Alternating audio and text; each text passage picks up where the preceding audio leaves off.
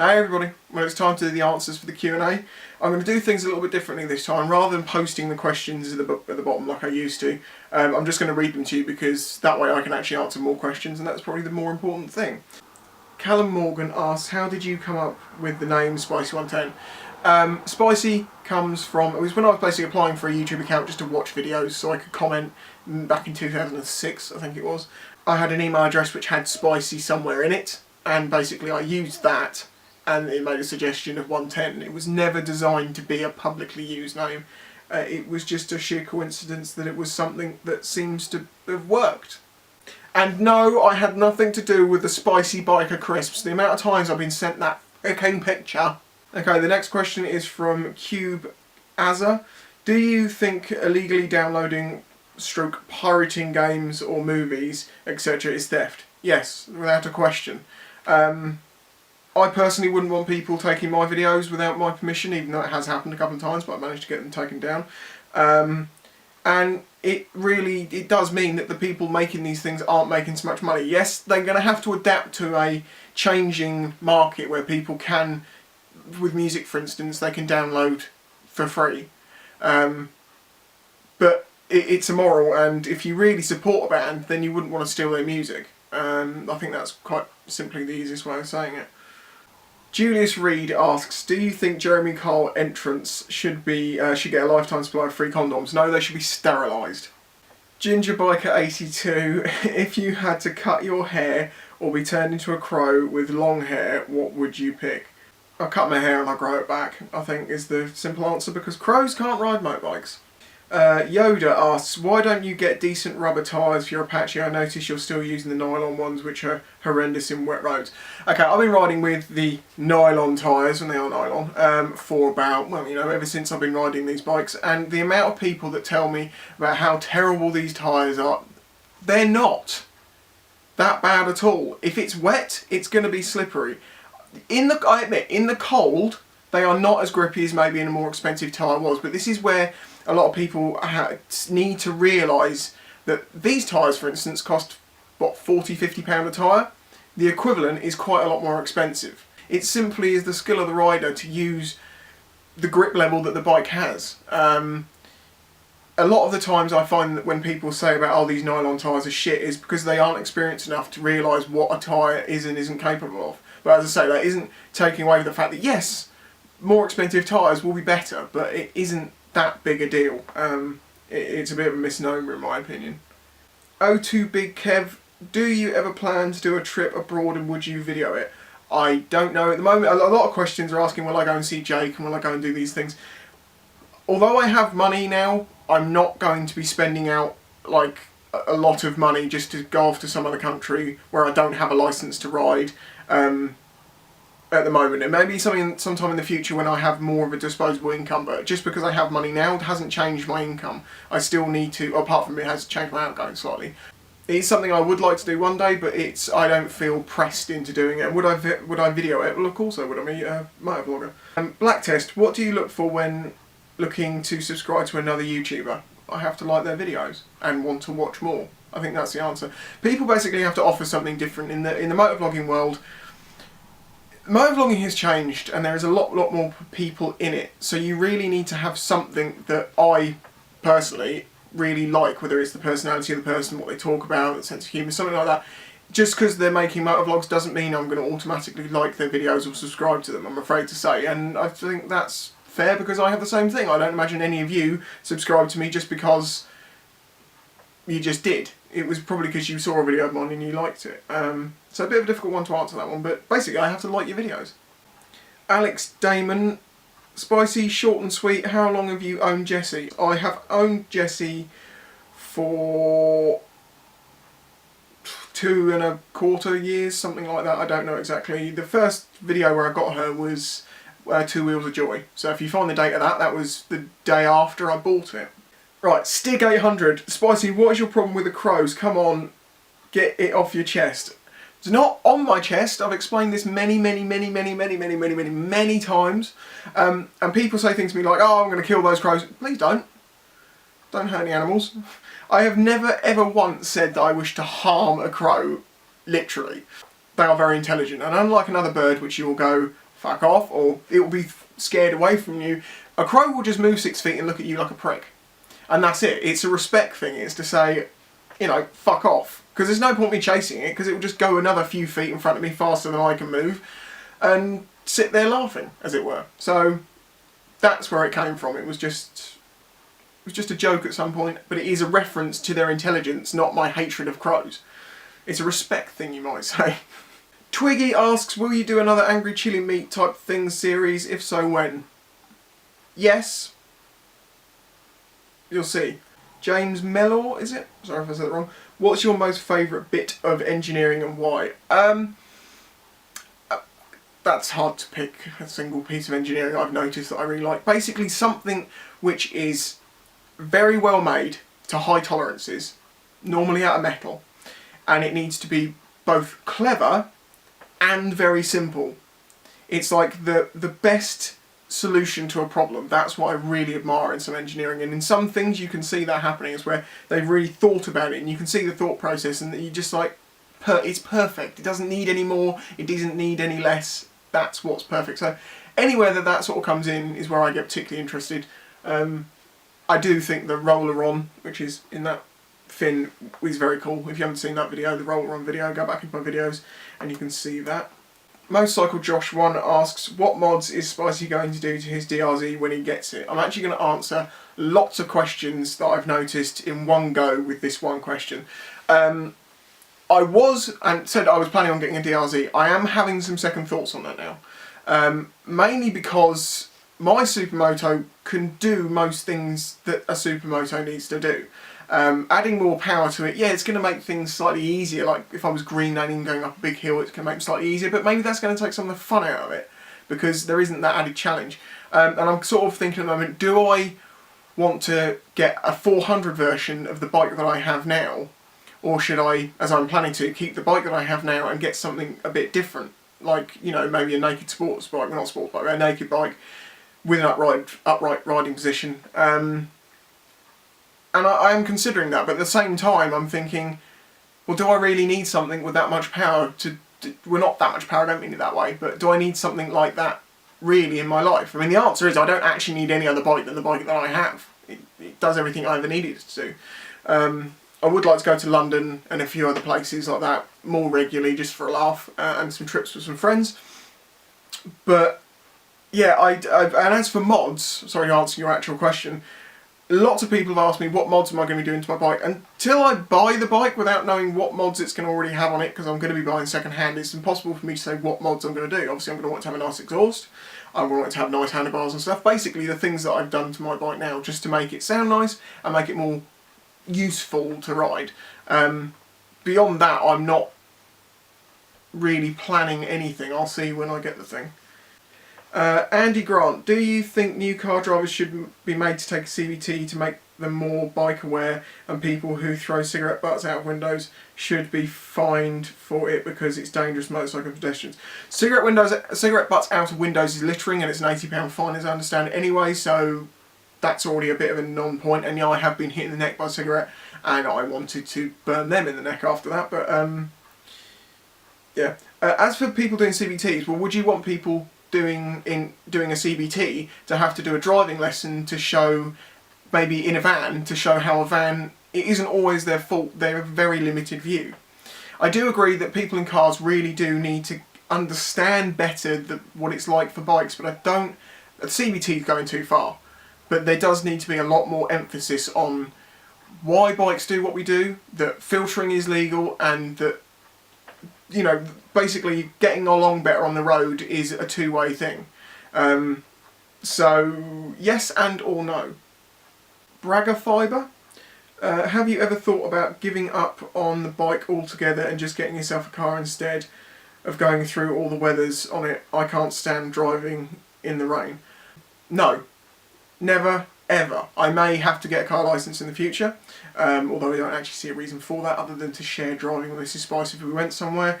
Also, obviously, as a motor vlogger, I would be ending all of this because, and I'll be frank here, I have never watched a vlog from someone in a car that I've ever been in the slightest bit interested by. Unless they're talking about something particularly interesting, but the interesting part of riding, it's more interactive with the road. It's more, there's more to it. Cars boring. Cars are to get your body around, as they say. Bikes to move the soul. As for driving in the pissing rain, as I actively choose to go out in the worst weathers that I can, force 12 winds, pissing rain, lightning storms, it doesn't bother me. It's all part of it. I love it. Admittedly, there are times when you just want to go to the shops and come home and it's pissing and raining and you're like, oh, I've got to get the waterproofs out, and I know they're going to leak and all this. So I can understand where you're coming from, your point of view is, but I think the true biker will never even question that. It's part and parcel of it. The Jumpmaster 5 asks, what advice would you give to first-time riders and people who want to start riding? Obviously, first-time riders, you're going to be doing your CBT, presumably, if you're in the UK, or your motorcycle course. You're going to learn the basics there. In the training, like the CBT, people ask me, how should I approach this? It's very easy, but having a prior knowledge of how a motorcycle works, what all the controls do, is going to help you. Understanding how to change gear and stuff like that is also going to help you. Lots of people ask me to make that video, and I've always said I'm not going to make a video showing people how to ride a bike, because until I have a full licence, whatever I say will be disregarded as meaningless because I am only on the CBT. My 7.5 years of riding experience will mean nothing. And also I don't want to give people advice on that because I may be doing things wrong myself. No one's perfect. As for someone who's riding for the first time, you've done your CBT and you've now got your own bike, realise that in the first few months, when you start to get your confidence of riding, that will be the most confident you will ever be on a bike. Because when it goes wrong, and I'm not saying it does for everyone, but you generally at some point it does go wrong, or you have a lot of near misses or something like that, you'll then, after that, you'll realise that you can't control everything like you can. You're not in control of everything, and the road has a much bigger influence on you than your actual abilities to ride the bike necessarily. So don't be cocky. It's hard to everyone did it. I did it, and I went through a fucking fence. Admittedly, it was inexperience of not realising that flat, pulled tar on the road when wet and cold is very slippery, and also when you put the brakes on in a corner, it stands at the bike up straight and you go in a straight line. There are the two things that I learned. So out of that first crash, and they have seen me good ever since. What I have noticed is since my last crash, I've learned even more, and now I don't have near misses very often unless it's completely done by a person like the Mercedes, for instance. I would like to mention at this point two things. Number one, a lot of people seem to misunderstand that junction. The left-hand side is for turning left only, the right-hand side is for going straight over. I didn't need to indicate because I was in the right-hand lane going straight over. The guy was in the left-hand lane to turn left only and cut across my lane. The road marking's there for you to see. And the second point I want to add to that is Roy. Why Roy? Look at his licence plate. It's V6 Roy. That's why I called him Roy the Bald Twat. Joshua Smith. A friend of mine believes that vlogging on a motorcycle should be banned. This is due to the motorcycle thinking more about a certain topic or a certain event than what's happening on the road ahead and what's happening around them. My question to you, Spicy, is what's your thoughts on his opinion? For the record, is this utter bollocks? Yes and or no. I don't believe it should be banned, because then you're going to have to ban people using hands-free kits. When you're vlogging, very much like when you're listening to music when you're riding, when you need to concentrate, you can stop talking, you can stop listening to the music unless it's excessively loud and it's difficult. It's not like being in a phone conversation where you're having to listen to someone, respond. They've proven that that is something that takes your brain away from it. If you're really in depth into a subject, yeah, I can see your point. You could lose perspective on how much concentration you're putting on the road, but that's an experience thing. A lot of my vlogs, they have edits in them because I'm halfway through a sentence, something ahead of me draws my attention, and I'll just stop talking and get through that and then get onto a clearer bit of road. So I can understand his point of view, but unless he's done it, which I imagine he probably hasn't, then no, it's not. No. If he has got a problem with it, then maybe it's not for him. As I say, it does take a skill to be able to talk about something and ride safely at the same time and pay attention to the road. But, I mean, it's not really much different from driving along and singing, I would have said. And this is also why me and Jake and lots of other people say, people who are like, I'm getting a bike, I'm going to get vlogging, like people who, you know, start Twitter accounts and Facebooks and YouTube channels before they've even got their bike and they're planning to to vlog from day one. It is a dumb thing to do because you do not know what you're doing on a bike, and you have to get your muscle memory and you have to get used to being on the road first. I really, really advise this. If you want to put a camera on your helmet and just have yourself recording your riding so you can see yourself riding and you're not talking about anything, I don't see a problem with that. If you're a new rider, you should not be vlogging and talking at the same time. Of course, it's up to you, it's your risk, you're responsible for yourself legally, but you don't have the experience to be able to do two things at once like that. In the early days, you know, it's a few months before you get the muscle memory and the properly understanding. You might not believe me, and you'll probably have to learn from your own mistakes, but I'm telling you now, that is the way it is. For me anyway. Maybe it's different for other people. You know, everyone's an expert. James Andrew, what's your biggest regret in life and what's the best thing you've done in your life? Biggest regret? I don't really have any, to be honest with you, so much. Basically because I've always been... I believed at the time with logical thought that what I was doing at the time was the right decision. Why would I retrospectively think to myself, well, that was a stupid thing to do? Like getting in debt when I got my first when I got my 1D camera, I was doing it as a business plan. It's the thing that put me in debt to start with. Obviously, that was a dumb thing to do, to buy a camera on a credit card on the basis that you'll earn the money to pay it off. At the time, it made sense, and I wouldn't change it. But if I could have done it another way, I think I should have done it another way. But as I say, there's no point living with a regret. You can't change the past. Just make sure that the decisions you make in the future are sensible and logical and well thought out, and don't make jump decisions on things. That's probably the best advice I can give you that. What's the best thing I've done in my life? I can't really say categorise anything as the best thing. I believe one of the best decisions that I made in the past 4 years, should we say, was to have more belief in myself and to stop drinking, because I had one of the reasons I got into vlogging was it was something to take my mind away, because I was in some difficult times, and drinking every night wasn't a great idea. I still didn't drink and drive ever. I always counted my units and made sure that I was sober by the time that I drove, and I never missed a day of work or had a hangover at work or anything like that, but I did drink far too much for a while, and part of the vlogging was it's something to put my mind into, to get myself away from, you know, it's something to do. So one of the best things that I've done is basically to start vlogging, because it's opened many doors to me and closed a few, and helped close a few, should we say, that are times in my life that I wouldn't really want to revisit. So there you go, I think that answers that one. Okay, the next question comes from the Car Mad Dad. Do you earn more money by A, doing your day job, or B, YouTube channel? Day job by far. Honestly, we don't make that much money through YouTube. We really don't. If you worked out time put into it versus money received back, unless you're being clever or you're doing extremely well, the money you're going to end up basically earning less than minimum wage. So it really is a passion thing as to why we do this. The money does help pay for the things that we need to do the things we do, because obviously PCs to render videos quickly aren't cheap. The extra fuel, the insurance, the bikes, the going places, doing things, all of these sorts of things cost money. And also I've noticed a couple of questions asking basically, would I consider doing this full time like Jake and Chase have done? You'll notice one key difference between Jake, Chase and myself, and that is the subscriber level. I'm in this strange middle world. I don't know quite how I managed to be here. I may be slightly wrong on this, but there does seem to be that the vast majority of vloggers, because this is the way it's always going to work, are in the sub 10,000 maybe range. I'm sure there's many in between, so please don't take this too, like, you know, literally.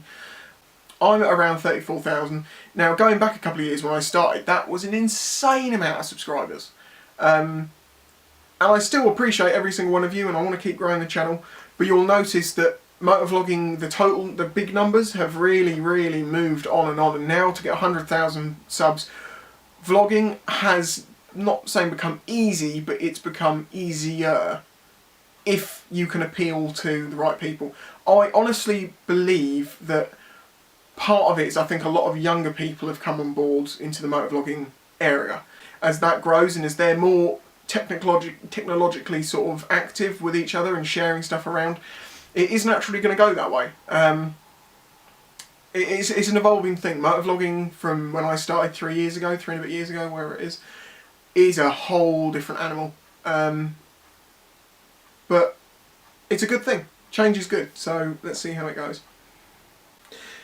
Simon 3102000. The universe is expanding, pushing time forward. Do you think when the universe starts to cool down, that time will start to go backwards? I don't think that's technically right.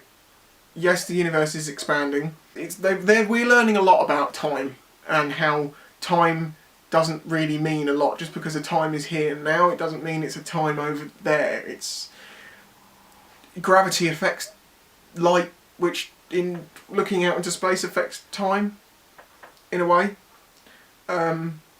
Will it go backwards? I think they still believe that that physics-wise it's not possible for things to go backwards. They can only go forwards. So I don't know. Maybe. So as much as this is the great age of discovery, as they say, I think it's also the great age of realisation that we don't know it. And who is it said that a wise man knows that he doesn't know what he's talking about? Something along those lines. S-Moto Dan, Spicy, once you get your licence and get your DRZ is questionable, but I do love that bike, I do want to get one. Will you be doing more ride-outs and meetups? Meetups in the sense of like the big meet I did a couple of years back, for the same reason that it didn't happen last year. It's dangerous, basically, and once you get to a certain point with an amount of people, you actually have to inform the police. So if I do a meetup, the best way of doing it will be to be somewhere off the public highway. We can just say, everyone, we're going to be here, come and park up, we'll just have a big chat. And if people wish to ride off on their own in small groups, then that's up to them. But as a mass one big ride like I've done before now, things have got too big, it will be illegal and dangerous to the riders. And of course, if anything happens to a rider on one of these things, who is going to get the blame? Even though it will have nothing to do with me. I got in quite a bit of shit with a couple of people over the Tesco's car park incident. And I can't be held entirely accountable for that. Yeah, I was revving my engine a bit, but what people had a bigger issue with wasn't actually my responsibility, but it was part of the responsibility was put onto me because I was the one organising the ride. So, there you go. What I will add here is that if you think, Spicy isn't doing this and it seems like a logical thing to do, there is a reason normally that I'm not doing it, and it's normally a logical, intelligent and good reason. I don't not do something that would be good to do unless there is a good reason to not do it. Lewis Rowley 704. Hi Spicy, I was wondering where and what mods you have done to your Sinnis up to now. If you watch the mods video, you'll see every single mod that I've done. I explained all of them. Of course, added to that is the D.E.P exhaust and the DID chain it's got on it. Here's something I really want to point out, and this has been driving me crazy for so long now, and I've been meaning to mention it. People keep asking me, Spicy, where did you get your handguards from? Well, as you know, they are Ace Abyss Pro Rallies, so the answer is the internet. They are not hard to find. Cobra Tech asks, what is it with the British hating the letter L? Fucking L, this and bloody L. That I thought you might be saying bloody hell, but you normally have such a crisp education. It's got an accent. It wouldn't be the British because you wouldn't necessarily hear a Scottish or an Irish or a Welsh person saying it. You probably wouldn't hear someone from Newcastle maybe, or I don't know, somewhere up north. I'm not quite sure how they would say it, but I'm a southerner. I'm also a southerner. I'm a southerner that speaks properly, but unfortunately lives near a naval town. So I swear, which is fine in my opinion, and it's like, oh bloody hell. You sound a bit toff if you go, oh bloody hell. Oh bloody hell, old chap, what are you doing there? See, you sound a bit like a toff. Harrogate and Hertfordshire and I'm keeping this. Here's an interesting question. Andy Terra. Hi Spicy, glad to hear you've got some money coming your way. Has come my way. My question is this. Do you think money brings people happiness? Not exclusively. Money doesn't... You can be very happy and be poor. It's more your life. Having money doesn't bring happiness in the sense that, you know, you're going to be happy with your life. It can bring a lot less stress. But if you've never had the stress, or you've had money for a long time, its effects diminish. In the same way that when I was earning easily over £1,000 a month in one of my old jobs, I felt like I had less free money than I do now. And part of the reason that is because for years I've been living on a shoestring, and I've come to the realisations of wants and needs and what I do and don't need and how to spend money in a much more sensible way. So if you have lots of money, you're not necessarily going to feel like you have lots of money because you adjust your lifestyle to it. What I've tried to do my best, and I have managed to do this so far with the money that I received, is I've done the important things like clearing debt and helping my mum with her car, and it's going to pay for the test and the bike and buy the PC, which, you know, it's going to pay dividends in the end with the PC because that's what I use to make these videos. And obviously that's I can take that off my tax when I do my tax return. It makes life less stressful, I think, in a way. But then you're just going to adjust and find another reason to complain. So no, it doesn't bring you happiness, but if you don't have any money and you have a lot of problems which are related to lack of money, and then you can solve those problems with money, and they're one-off things, not ongoing things, then money can bring happiness, but not exclusively. And no, it's not a simple... I don't think the answer is yes or no. And it's very dependent on mitigating circumstances. Yeah, got money out. It's flashing. I need to put a memory card in the camera. Okay, sorry if there's a little bit more noise now, but I've had to open the window because it is fragging boiling in here with all these spot lamps and this light down here just trying to get me enough light to get a decent ISO on this camera. Anyway, moving on. I wonder how many questions I've answered. It's going to be a long video, but you know, you want to know. Oh, I'm going to go to a question, I can remember it. Southern Fried Tom asks, why do I do so many bloody Q&As? If you read the description of the video of the Q&A, I agree with you. I do not understand why people request me to do so many Q&As. I just do as my subscribers request. And I've had lots of messages recently, people saying, you haven't done a Q&A for ages, do one. Equally, I think it's because in between them I might gain several thousand subscribers, so there's several thousand people that have now had the opportunity to ask a question and want to. Which is equally why I think I get the same questions again and again and again. I have to ask people to try and keep them interesting. Tolkien Jenkins, what other motovloggers do you look up to and why? I don't think the word look up to is right, necessarily. Because I've been doing this for so long that I'm not saying that motovlogging was an established thing, but when I started there really wasn't as many people doing it as there are now, and people may get the impression that it's always been the way that it is now, and it just really wasn't. There was very few people doing it, comparatively. Everyone knew everyone, nearly everyone watched everyone else's videos, it seemed. There was a group out in America of like Bilma and Rebel Yell and people like that, and there was some UK guys like Svengali, who unfortunately isn't with us anymore. Basically, I think you could say I respect some other motovloggers. But generally, the ones that I really respect are my friends. And people I would call friends. Like, I mean, like Motor Tripping, we've done videos together. I really love that guy. I don't get to talk to him as much as I would like to, but, you know, he's a busy guy, he has a family life and all of that. Jake, very good friend of mine. I mean, we've known each other ever since we both had sub 1,000 subs, because we started at a very similar time. Still a good friend of mine that I talk to on a weekly basis. We help each other out where needs be. Because we're in the same game, as it were, we feel more equal.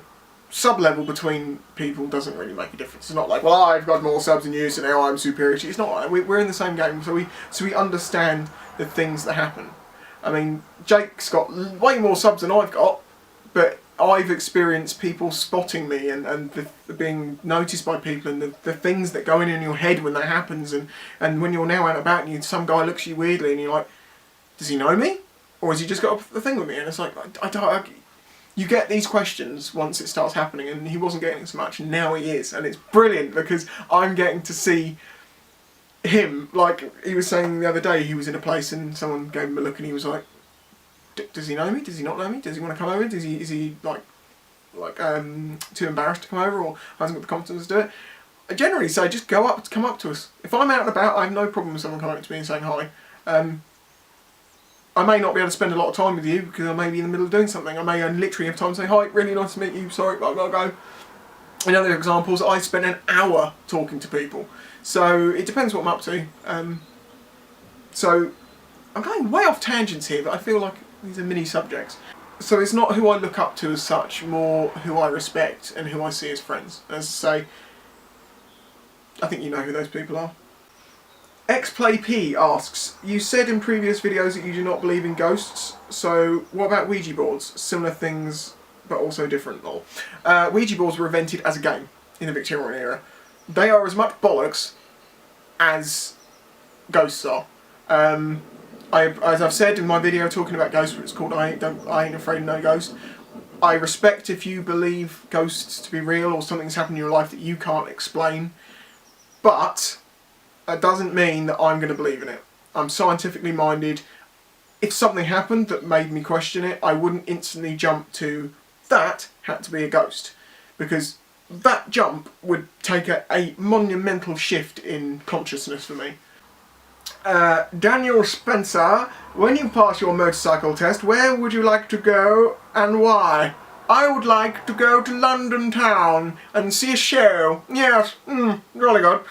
No, I'd like to go to London just to experience riding in London. I've only been to London probably 3 or 4 times in my life. I haven't been there for years, not since I did some training in some grotty piece of shithole where it was 7 o'clock in the morning and there was old women sat on fucking garden walls drinking special brew and people cracking open cans of beer, and some woman comes walking down the stairs and is like, "Oh, look at my tits!" I'm not even joking, she did, she's just walking. It's like 8 o'clock in the morning. How do you get that wank? It's like people, alcoholics you see walk into the shop at 8 in the morning. Who is up at 8 in the morning, let alone when you're that drunk? That's organisation skills there. Kind of be proud of it. At the same time, you're killing yourself. But the answer is, I would like to go to London. But there are many other places. There's also, Sid did ask somewhere up there, would I like to go to the New Forest? New Forest is an area I would plan to go to. And I suppose, and he was saying about, they were asking about Hidden Worlds, Spicy's Hidden Worlds, and someone has asked that. I'm sorry, I'm not going to mention your name because I can't remember who asked it. I found you, Minecraft 2615, what has happened to Spicy's Hidden Worlds? I have explained this one before. Basically the winter, there aren't insects around this time of the year. I had several videos, raw footage, ready to render and turn into videos before my hard drive exploded, if you remember that video, and I lost it all. And that meant that I had nothing to produce over the winter. Equally, at the time that I started that channel, basically I was off with my foot and I found myself in a situation where I had lots of free time. I want to grow this channel. I don't understand why I can't get to the realms of 100,000 subs. I'm going to do this. People might not like me. I get a lot of hate, way more than I seem to entitled to have. But I don't give a fuck. I love it. I want to get more people on board and I want to put more effort into it. Spicy's Hidden Worlds videos, they take 6, maybe times longer, maybe more than that, to produce, because not only you have to find the thing, you have to film the thing, I have to narrate, I have to fact check, I have to do all of these things, which I have explained before. And as I say, the time that I was doing that, I had the free time to do that, and I just stupidly didn't realise I wouldn't have the time to do both. I will still produce videos for it from time to time, but it is not going to be, and was never intended to be, a regular thing. It was basically, I was producing quite a lot of wildlife related videos on this channel, and it was pissing some people off. And to separate the two so I could go into more depth and feel free to talk about it for 15 minutes or whatever, even though most of the videos were shorter than that, meant that's a good place to have it. So basically that's what's happened. Jally11, if a tree falls in the forest, do the squirrels sleep sideways? No, they die. Matthew Forth, where do you see yourself in 10 years' time career-wise? I really don't know. Someone else did ask a question related to how did my cooking career start. I wouldn't call my job currently a career. A career generally means that you start a job and you work your way up and you earn more money, etc, etc. I earn less money now than when I started, because I do less hours, but the hourly rate has only gone up with minimum wage. Basically, I could do any other job and earn the same money that I earn in that job. I got that job because it was the first job that became available to me after I got made redundant. As to where I see myself in 10 years' time, I hope that YouTube progressing and my skills progressing and stuff like that, even though I'm not a qualified person, will mean that this will help, you know, this stuff. But I hope that the job that I'm doing will be something that I love and will be somehow related to this. Cora May, I think that's how it's pronounced, sorry if I'm wrong. What would your weapon of choice be in a zombie apocalypse strikes? Done a video on that, long time ago, and I said I would enjoy sitting on a roof with a 50 cal BMG and just, you know, popping heads. People told me that this was a silly decision, as if the decision of what weapon you would use during a zombie apocalypse was something that you really needed to consider with real, actual, like, thought processes. Okay, so just assuming that these things are available to me, this is like, you know, Matrix style, have whatever you want, I'd go for something like an AR-15, because there is a lot of 223 ammunition around this world, because it is a commonly used round. Equally, I would probably consider using something along the lines of an AK-47, you know, 7.62x39, because there is also a lot of that ammunition around. Equally, you could go with a 308 if you wanted to pop heads, so go look like a scar or something. I mean, to be honest with you, the real reality truth of it is you get a tank, they never get you and you just run them over. You just sit in one place going backwards and forwards and backwards and forwards. Although fuel's an issue. Nuclear powered, that's what we need. You there, what are you doing? Get your hands off of that. If you've been fapping to this video, then you definitely need to leave a like. Cheerio! Concentrating just out of Jamie doing stuff and spending a lot more time actually explaining our wedding photos. Don't do it! Don't do it, man! Don't! Oi, Roy, you knob! Stop, there's evidence! You're gonna look like an arsehole when you divorce her!